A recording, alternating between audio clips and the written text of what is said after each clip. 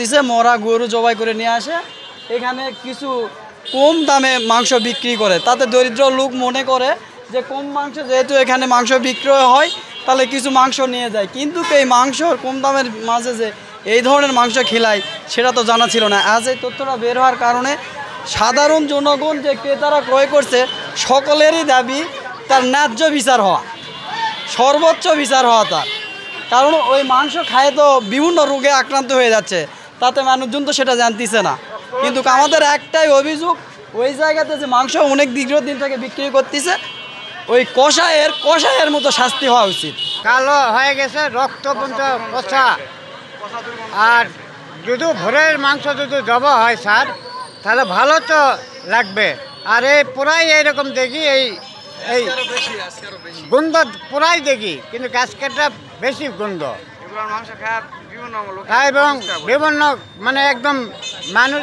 আমার একটা ছোল বাল বাচ্চা ছোট্ট, আমি কিনে খেতে পারি না। 3 মাস 4 মাস পর 1 কেজি মাংস লেগে গেলাম, লেগে আমার বাচ্চা খেলালাম, আমি খেলাম, আক্রান্ত হয়ে কি ডায়রিয়া কলেরায় পড়লাম। তাহলে আমাকে এরা এরকম তো সেই শাস্তি দেবে। আইন যেন আইনগত এনাকে যেন ক্রস ফায়ার করে, আমরা চাই এর দৃশ্যজনক শাস্তি হোক।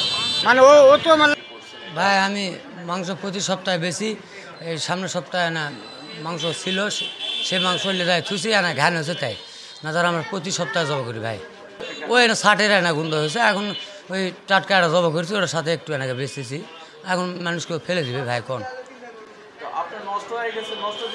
নষ্টটা আনলো, তো নষ্টটা বেশি নেই, ওই একটা ঘ্যান হয়েছে তো বেচা হয়নি, কেবল বের করা হয়েছে। আর এরকম যেটা গন্ধ হয়েছে সেটা কি আপনি খাইতে পারবেন? আপনাকে যদি দেওয়া হয় আপনি কি খাইতে পারবেন?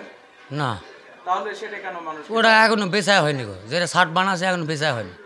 আপনি তো যখন বানান তখন তো আপনি বুঝতে পারছেন যে জিনিসটা নষ্ট হয়ে গেছে, সেটা আপনি কিভাবে আপনি মানুষকে দেওয়ার জন্য আপনি মাংসের সাথে মেশানোর চেষ্টা করছেন? এটাই তো আমার ভুল হয়ে গেছে ভাই। আজকে যদি মানুষ বুঝতে না পারতো তাহলে তো আপনি বিক্রি করে দিতেন।